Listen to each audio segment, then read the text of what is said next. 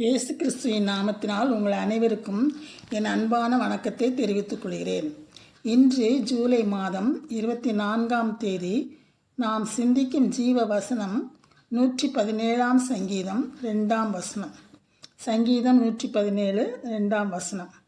அவர் நம்மேல் வைத்த கிருபை பெரியது, கர்த்தரின் உண்மை என்றென்றைக்கும் உள்ளது. அல்லேலூயா. இந்த சங்கீதம் வேதத்தின் மிகவும் சிறிய அதிகாரம் கொண்டது.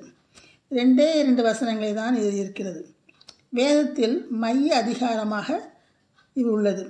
கர்த்தரை துதிப்பதே விசுவாசிக்கு வாழ்க்கையின் மையமாக அமைய வேண்டும் என்று இது கூறுகின்றன.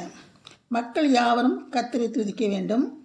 அவருடைய கிருபை ஆராய்ந்து முடியாதது. நம்மேல் கர்த்தர் வைத்திருக்கிற கிருபை மிகவும் பெரியது. அவருடைய உண்மை எப்பொழுதும் உள்ளது.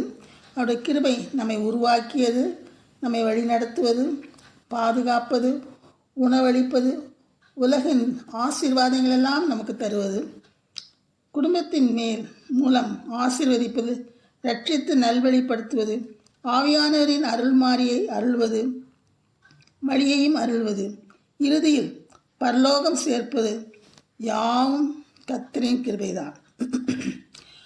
அவருடைய வாக்குறுதிகள் வேதத்தில் அடங்கியுள்ளது. அவை எல்லாவற்றையும் நிறைவேற்ற அவர் உண்மை உள்ளவர். இதை நம்பி வாக்குறுதிகளை கூறி ஜெபித்து நாம் ஆசீர்வாதங்களை பெற்றுக்கொண்டு அவரை துதிப்போமாக. கர்த்தர் நல்லவர். அவருடைய கிருபை என்றென்றைக்கும், அவருடைய உண்மை தலைமுறைக்கும் உள்ளது. கர்த்தரின் கிருபை என்றும் உள்ளது. கர்த்தரின் கிருபை நிமித்தம் நம் ஆலயத்துக்குள் பிரவேசித்து அவரை துதித்து அந்த ஆலயத்தின் நடுவிலே அவருடைய கிருபையை சிந்தித்து கொண்டிருப்போமாக. கிருபையிலே களி கூர்ந்து நாம் மகிழ கடவோம். கர்த்தருடைய கிருபை நிமித்தம் நம்மை மீட்டுவிடும் என்றெல்லாம் நாம் சங்கீதக்காரன் இதை எல்லாவற்றையும் கூறுகிறார். கர்த்தர் நீடிய சாந்தமும் மிகுந்த கிருபை உள்ளவர். கர்த்தருடைய கிருபை அவருக்கு பயந்தவர்கள் மேல் உள்ளது. ஜீவனை பார்க்கிலும் உமது கிருபை நல்லது. கர்த்தருடைய கிருபை நீதி உள்ளது. காலையிலேயே உமது கிருபையால் திருப்தியாகிறோம். கர்த்தர் நம்மேல் வைத்த கிருபை பெரியது. கர்த்தருக்கு காத்திருப்போர் மேல் அவர் கிருபை என்றும் உள்ளது. கர்த்தரின் கிருபையும் இரக்கம் உள்ளவர். தேவனே, உமது கிருபை எவ்வளவு அருமையானது என்றெல்லாம் நாம் வேதத்தில் வாசிக்கிறோம்.